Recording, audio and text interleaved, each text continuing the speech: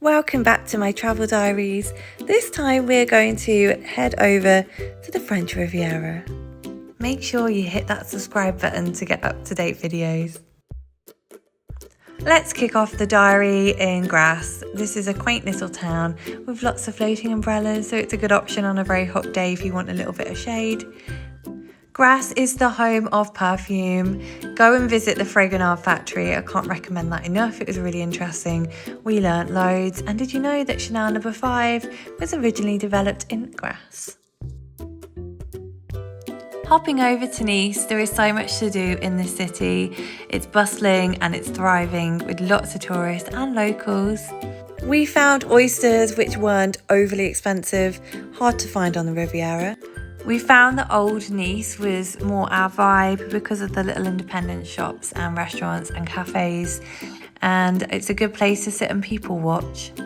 If shopping small is your thing, if you like to go on holiday and come back with something artisanally made, then Old Nice is going to be right up your street. Also, we did find a couple of pre-loved shops which were designer and they had some real cool archival pieces. After you've had a little stroll around Old Town, take a little walk down to the beach and take in all of the architecture along the way. Some great buildings on this route down to the sea. We found this lovely little promenade, lots of restaurants.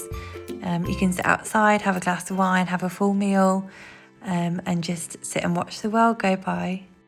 Nice is a vibrant, multicultural city and it's definitely one that you need to tick off if you are touring the Riviera. If you come to Nice, you definitely need to put your head into the Hotel Negresco.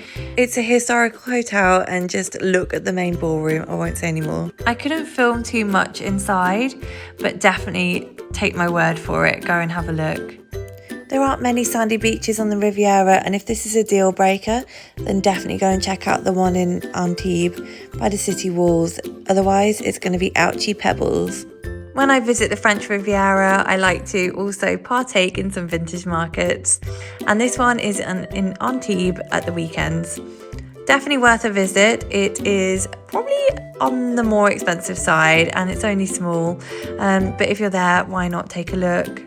For sundowners and pre-dinner cocktails, then definitely try this cocktail bar on the old city walls behind the harbour. If you want to visit Saint-Tropez, of course you do, definitely take a ferry.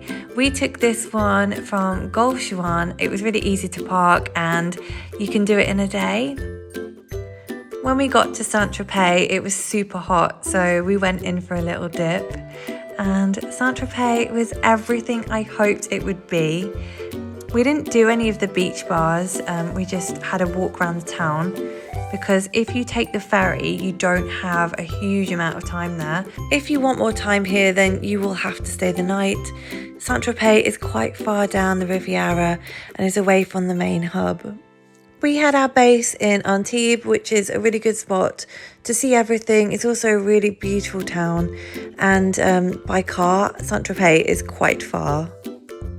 Bear in mind also with Saint-Tropez, if you do come out of season, there's not going to be a huge amount open.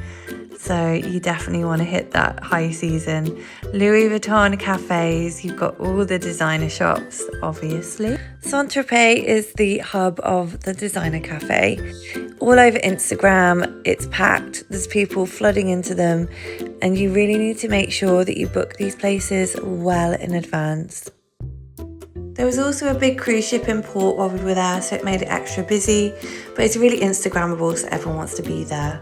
Here is the menu, and yes, I would pay these prices for a Dior breakfast. This cafe, which is also part of the Dior boutique, has had extensive renovations and will be opening in the summer 2026. I love the way that Saint-Tropez showcases the designer brands in this way. It's really romantic. All the designer brands really do Saint-Tropez very well. I think they know that they've got to up their game here. I mean, look at the Chanel store. And we took the boat back over to Gauchouan for some dinner. It was boiling hot, so we really made the most of sitting on the deck and getting some rays. A couple of hours later, we made it back to Gauchouan and had an ice cold beer and a glass of rosé and some dinner on the harbour front. I own a pre-loved designer accessories business, so I had to hit up the pre-loved markets in Cannes. Unfortunately, they don't allow filming, but it's definitely a place to go for pre-loved luxury. Thanks for watching my channel, and I'll see you soon.